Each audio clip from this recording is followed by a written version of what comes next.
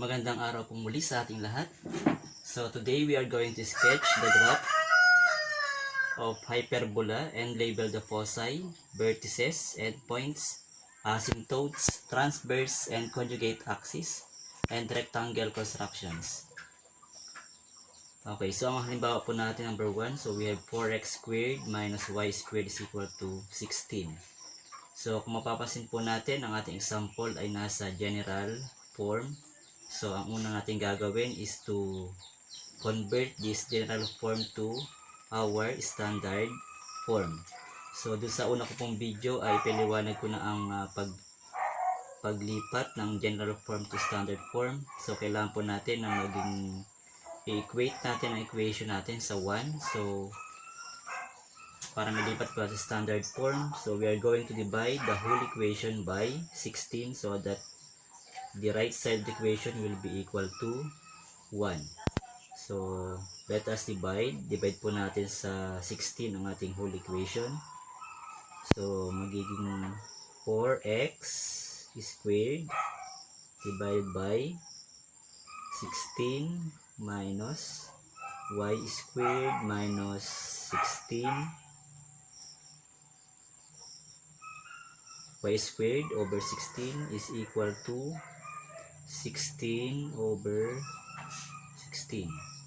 Then let us simplify. Simplify lang po natin ang ating mga terms. So 4x squared divided by 4x squared divided by 16. So we just simplify 4 over 16. So that is 1 over 4. That's why we can get x squared over 4 and then minus, so just copy y squared over 16 equals 16 divided by 16 is equal to 1. So ito na po ngayon yung ating standard form ng ating hyperbola, pero i-simplify po natin yung ating denominator para makuha natin yung ating a and b.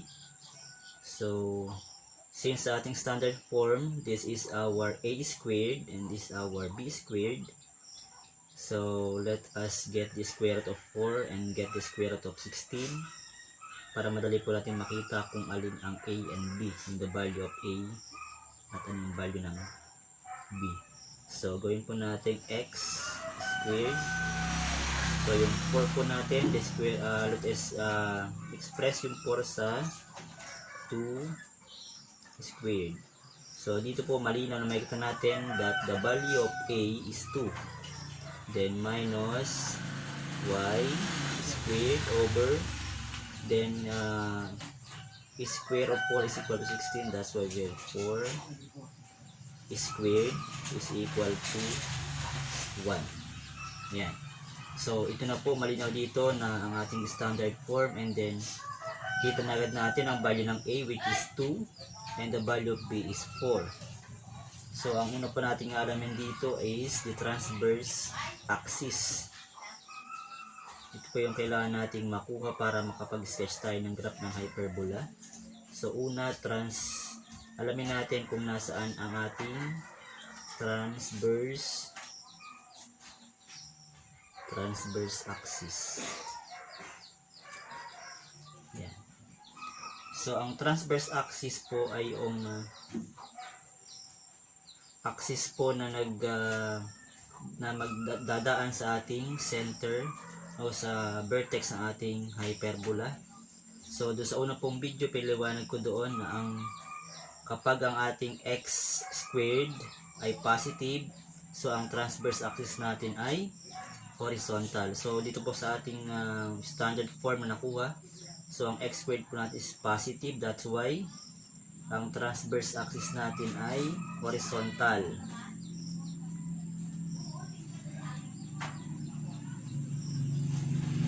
Yan. So ang transverse axis po natin ay horizontal, ibig sabihin po ang ating hyperbola, mamaya po sketch tayo, ay ang ating curve ng hyperbola ay nasa right and nasa left. Yun po ang sabihin ng horizontal yung ating transverse axis. So mamaya po sa ating graph, ipapaliwanag po natin kung nasaan yung transverse axis, lahat po ng parts ng ating hyperbola. So the reason why kung bakit ito horizontal is because our x squared is positive. So ito po yung ating laging titingnan para malaman natin kung horizontal or vertical ang ating transverse axis. Kapag ang x squared natin ay positive, so ang transverse axis ay palaging horizontal. At kapag naman po ang ating x squared ay negative, so ang transverse axis natin ay vertical. So meron na po tayong transverse axis. So ang sunod natin kailangan malaman dito is the value of A. So the value of A, so mula sa ating standard form ay kita na agad natin ang value ng A, which is equal to 2. And the value of B, so we have B is equal to 4. Yan. So kapag ang atin pong form ay nakakasulat na sa standard form, madali na natin makuha ang value ng A and value ng B. Po natin ang value ng C. So to get the value of C, ang formula natin is, we have the formula for C.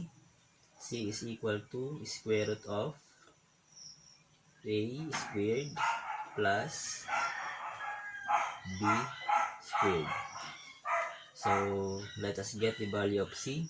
So let us substitute the value of A and B to our formula. So we have 2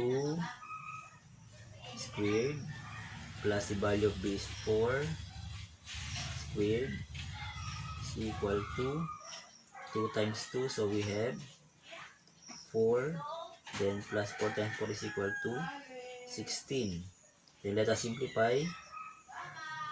So 4 plus 16 is equal to 20. Therefore we have the square root of 20. Then wala po tayong exact square root ng 20, pero pwede nating i-simplify yung ating square root of 20. So pwede po natin gawin. Let us factor 20. The factor of 20 is 4 times 5. Okay. Let us simplify. So square root of 20. So we have the factor of 20 is square root of 4 times 5. Okay. So yung 4 natin ay meron tayong square root. That's why pwede natin ilabas ang square root ng 4, which is 2. Then may tira po sa loob natin square root ay 5. Therefore, ang value po natin ng C ay 2 square root of 5. Ito yung ating C.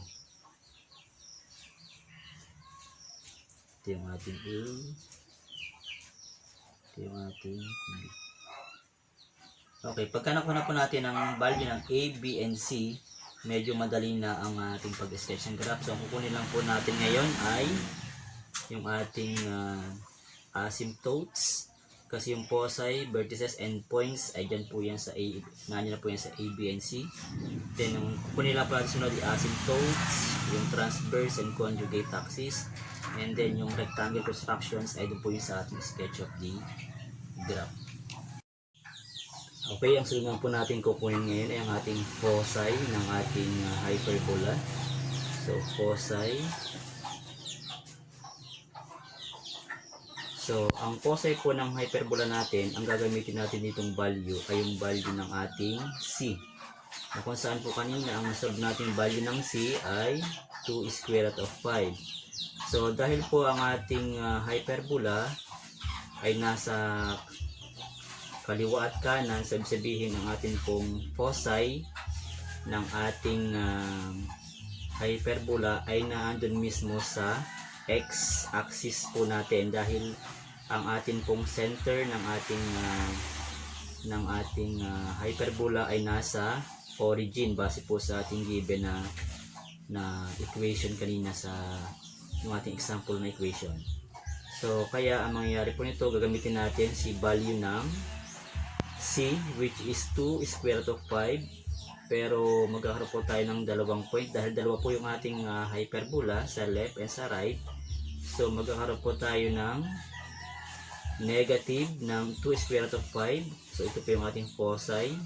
Sa left side po natin ay nandun ang ating negative. Magkakaroon po tayo ng negative 2 square root of 5. And yung y po natin, dahil siya nga po ay nasa x-axis, ibig sabihin po ang ating y ay 0. So ito po yung ating coordinates ng ating focus ng ating hyperbola on the left side. And sa right side natin, magkakaroon lang tayo ng the same coordinates, but dito magkakaroon tayo ng positive 2 square root of 5, and then yung y natin is 0 pa rin dahil nga tayo ay nasa x-axis. So pinagkaiba lang nila, kinuha lang natin yung negative nung isang focus on the left side and positive 2 square root of 5 sa focus ng hyperbola natin on the right side. So ito po ang ating foci. Ginamit lang po natin ang value ng ating c. So tandaan po natin ang ating pag foci, ang ating pinag-usapan, ang gagamitin nating value ay value ng c, na usually po kung nasa origin ang ating center ng hyperbola, tapos tayo ang ating transverse axis ay horizontal. So kinukuha natin ang negative and positive, then 0 ang ating y. Then let us proceed to the vertices. Ito naman po ang vertices ng ating hyperbola. Yan. So meron po tayo din syempre dalawang vertices ng hyperbola. Sa vertices naman po, ang tatandaan natin, ang gagamitin nating value ay value ng a.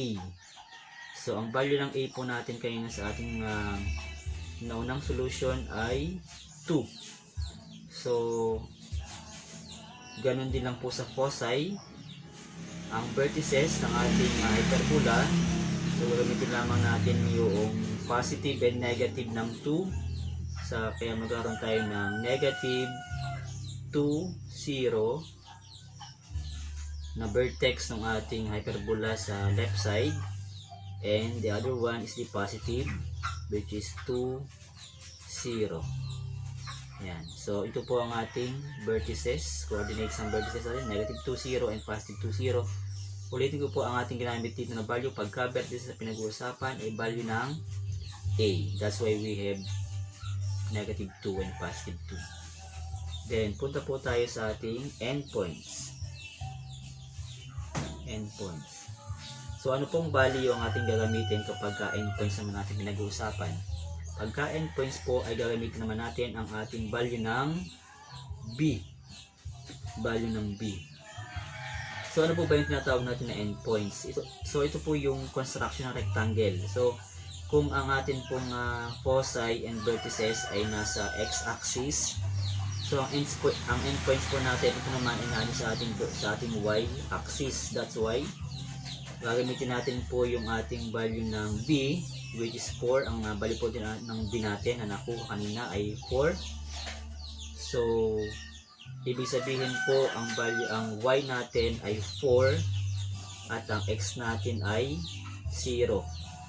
Ito po yung tungkol sa ating conjugate axis. Itong endpoints po natin, ito yung tinatawag din natin na conjugate axis, kaya po siya ay sa y-axis natin kukunin. So sabihin po ay 0 ang ating x, and then kukunin din lang natin yung negative and positive ng 4. So we have 0, negative 4, and then the other point or the end point is the 0, 0 again ng x, and the positive 4. Yeah. So ito po yung ating endpoints. Ulitin ko po, ang endpoints po natin ay ito yung counterpart ng conjugate axis, at ang ginagamit natin na value ay value ng b. Yan. Then let us proceed naman po sa ating asymptotes. So paano na po natin makukuha ang ating asymptotes?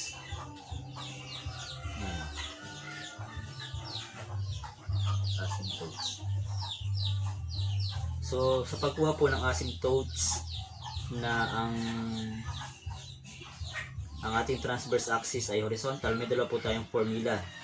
Ang unang formula natin is this: y is equal to plus minus b over 2x. At ang isa po natin diyang formula ay y equals plus minus a over bx. So ito po yung dalawa natin pamilya sa pagkuha ng asymptotes. Kapag po ang ating transverse axis ay horizontal, so ito po ang ating gagamitin na formula. Ayan ha, tandaan po natin. Pagka ang atin pong transverse axis ay horizontal, ito pong formula na ating gagamitin, yung b. Ay sorry, ito po pala ay kwan. Ito po ay hindi ito po ay a. Kamala ang sulat. Ang meron po yung value ng a na 2. So ito po ay a. Yan. So pagka transverse axis po natin is horizontal, ang formula natin is b over a. Pero pagka vertical po ang ating transverse axis, babalik rin po natin a over b. So ngayon po, dahil sa ating ay horizontal ang ating transverse axis, so ito pong formula na itong ating gagamitin. So let us solve for the asymptotes. So ito po tayo. So y is equal to plus minus b over a x. Ano po ba ang value ng ating b? So we have plus minus, ang value ng b natin is 4 over, ang a natin is 2, then x, then just simplify. So we have plus minus 4 divided by 2 is equal to 2x. So therefore, ito po ang ating asymptotes. So meron po tayong dalawang asymptotes. Ibig sabihin, meron po tayong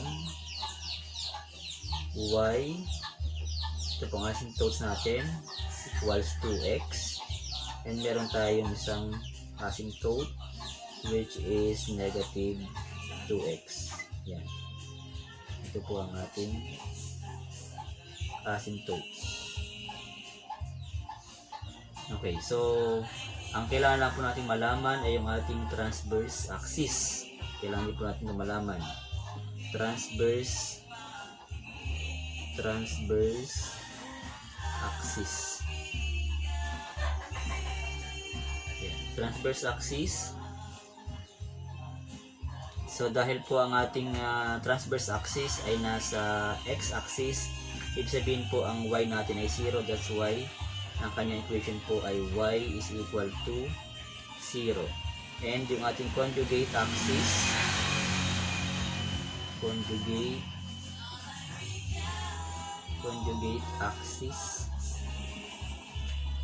conjugate axis po natin, ito po yun naman yung nasa ating y-axis. So ibig sabihin, nasa mismong y-axis siya, ibig sabihin po balikan naman po ito, yung x naman po natin dito ang is equal to 0. So nakuha na po natin lahat ng ating mga data na kailangan gamitin para ma-sketch natin ang graph. So mamaya po sa ating graph ay ipapaliwanag ko po yung lahat ng mga points para mas malinawan po natin yung ating sketch ng graph.